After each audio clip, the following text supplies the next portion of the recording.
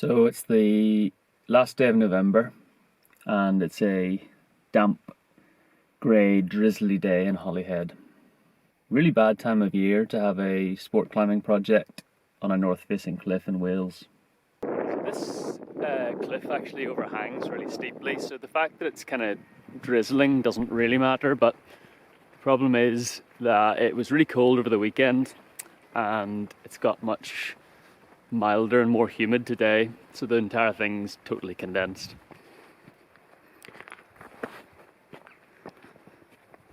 So here it is. This is the sport face at Breakwater Quarry. So on the right hand side of the face there's a 7B, which is called the Crimson Crimp, and in the middle of the face there's now upgraded to 8A, called the Terrible Thing, and they're both really nice climbs. So this autumn I came and climbed both of these routes along with Big Tim Neal, and after we'd done the Terrible Thing, we were both kind of saying, like, oh, it's a shame there isn't a bit more on this face. You know, there's only these two routes, and it's such a nice handy spot, and it's a little bit kind of different to other Welsh sport climbing venues because you don't have like tidal concerns or bird bans or anything like that. It's like, it'd be nice if there were another couple of routes here. So we'd spotted a couple of obvious lines, like there's a leaning crack up the left hand side of the face, and then a crack that splits across the head wall, sort of through Terrible Thing, and potentially some features going up and left from that as well. So a few weeks ago I came and abseiled in from the top to see if these kind of looked feasible. It was the first time I bolted something which is both overhanging and the route doesn't go up in a straight line. So I learned some lessons from that. It took me several days basically to clean it properly and get it properly equipped. Eventually got it equipped, and unfortunately by that stage it was kind of late November and we had a month of just like shocking weather, and there were very few opportunities to actually climb it. It's either too cold or it's condensed, or it's kind of hard to persuade people to come and belay on a north facing cliff when the weather is actually nice enough that you could be bouldering in the sun somewhere. So this initial crack is steep and sort of pretty good handholds, but a couple of pretty bad footholds, and then a bit of a weird move to get stood up on the slopey ledge in the middle. I think that's about 7A to there, and then you can stand around a bit and then you embark across the head wall, which no particularly hard moves going across there really, for most of it, but it's quite pumpy enough that when you do get to the tricky crux towards the end where it just gets a bit thin for the feet, it's enough to sort of make it quite a easy to drop move. I think it's probably easier if you've got thin fingers as well. Some of the parts of the crack you can only really get your fingertips in, so the smaller your fingers are the better. So I had a go at the big diagonal line, the easier one, with Tim about a week ago, and basically fell off the last move, the last section, 3 times. Didn't quite manage it, but it's really good. I think it's going to be a really good addition, and yeah, probably 7B plus, like a bit harder than Crimson Crimp, so quite a nice sort of in between level to the existing routes here. And I was hoping to have a play on the top section of the other one today, which I think is going to be maybe similar sort of difficulty to Crimson Crimp, or sorry, to Terrible Thing, like quite bouldery, and just to see if it's realistic for me or not, but yeah, I think that's not happening. Big Tim suggested calling it Creedence Breakwater Revival, which is pretty good, but I think I'm gonna call it the Red Sea, because that's what it feels like you're crossing on the final moves when the footholds run out and it gets hard.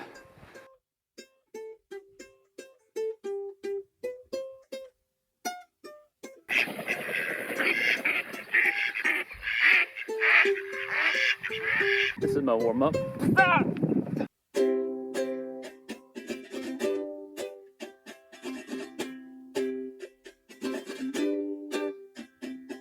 Rooster hits the washboard, people just gotta smile.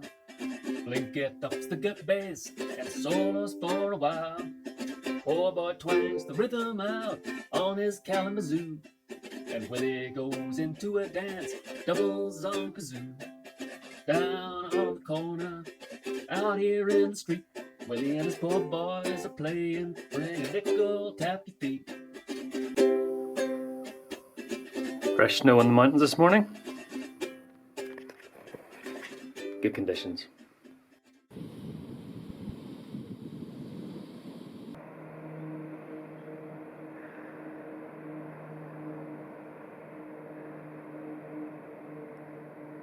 So 3 days later, and despite the fact there's been some really heavy rain over the last couple of days, cliff's bone dry, and the white marks have magically reappeared. I've been watching the Met Office rainfall radar, and Holyhead's been getting completely clobbered by these northerly heavy showers the last few days, and it's coming right across the face from the north as well. It's just absolutely going dry. It's either going to be seepage here from some of the cracks, or it's condensation. It just doesn't really seem to get wet from it raining at all directly. Pretty handy.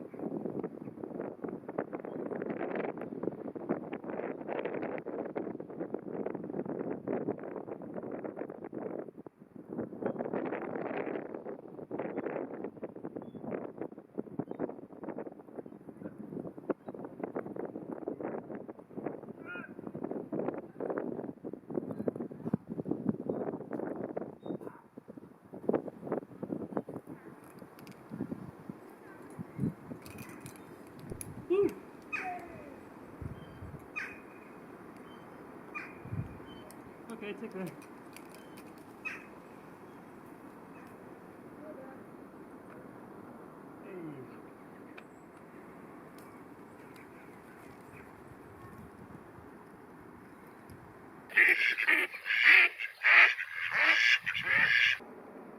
Route is done. Pretty pleased, bit relieved. I just have to come back for the direct. Third day came and belayed me. She's a hero. Now I can go and be in the sun. You don't need a penny just to hang around. But if you got a nickel, won't you lay your money down? Over on the corner, there's a happy noise. People come from all around to watch the magic boy. Down on the corner, out here in the street, Willie and his poor boys are playing, bring a nickel.